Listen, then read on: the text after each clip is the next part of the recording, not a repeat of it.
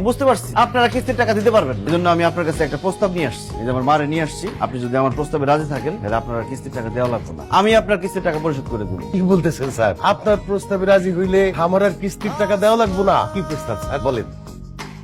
বাসার ভাই আমার ছেলে আপনার মেয়ে শান্তিরে খুবই পছন্দ করে, আপনার মেয়ে আমি বিয়ে করতে চাই। সেই জন্য আমি ওর মা আমার ছেলের সাথে আপনার মেয়ের বিয়ের প্রস্তাব নিয়ে আপনাদের বাড়িতে আসছি। কি বলতেছেন আপা? আপনার ছেলে মানে কিস্তি স্যার আমার মেয়ের বিয়ে করতে চায়? জি চাচা, শান্তির আমার খুব পছন্দ। শান্তি একটু রাগী, তো কেন জানি সেই রাগটাই আমার ভালো লাগে। শান্তি একটু মিছা কথা কয়, কিন্তু সেই মিছা কথার মধ্যেও ভালোবাসা আছে। শান্তি একটু ঝগড়াটে, কিন্তু সেই ঝগড়ার মধ্যেও কেমন জানি একটা মায়া আছে। আমি শান্তির যেদিন প্রথম দেখছি সেদিন থেকে মনে হচ্ছে শান্তি শুধু আমার। এই জন্য চাচা, আপনি যদি রাজি থাকেন আমি শান্তির বিয়ে করতে চাই। আপনি কি রাজি? বিয়ে আপনি আমারে করবেন, আমার আব্বারে জিজ্ঞেস করতেছেন সে রাজি কিনা। আমি রাজি কিনা সেটা আমারে জিজ্ঞেস করবেন না। শান্তি, আপনি কি আমার বিয়ে করতে রাজি? জি না, আমি মরে গেলেও আপনারে বিয়ে করব। কেন মা, তুমি আমার পোলারে বিয়ে করতে রাজি না কেন? সে একটা কিস্তির স্যার, আমি কোন দুঃখে এই কিস্তির স্যারে বিয়ে করতে যাব? তার বেতন কম, এই সমাজে তার কোনো মূল্য নেই। কিস্তির টাকার জন্য মানুষের বাড়িতে বাড়িতে গিয়ে মানুষের পিছনে কুত্তার মতো ঘুরে এসে কিস্তির জন্য মানুষের দৌড়ানি খায়, লাথি উষ্টা খায়, গালিগালাজ হতো। তাছাড়া তার সীমিত ইনকাম, এই টাকা দিয়ে তো সে নিজেই ঠিক মতো চলতে পারে।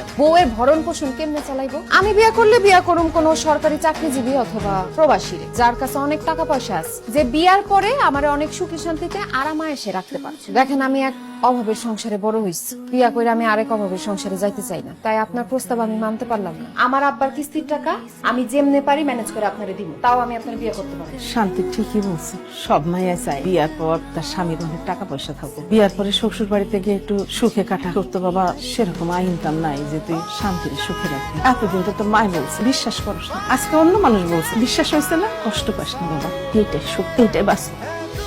আমার যেমন প্রথম দেখাতে আপনাদের ভালো লেগে গেছে, আমি ভাবছিলাম আমার প্রতি আপনার কিছুটা হইলেও ভালো লাগা আছে।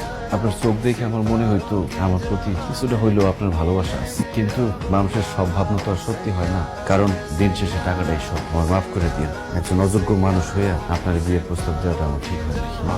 চলো।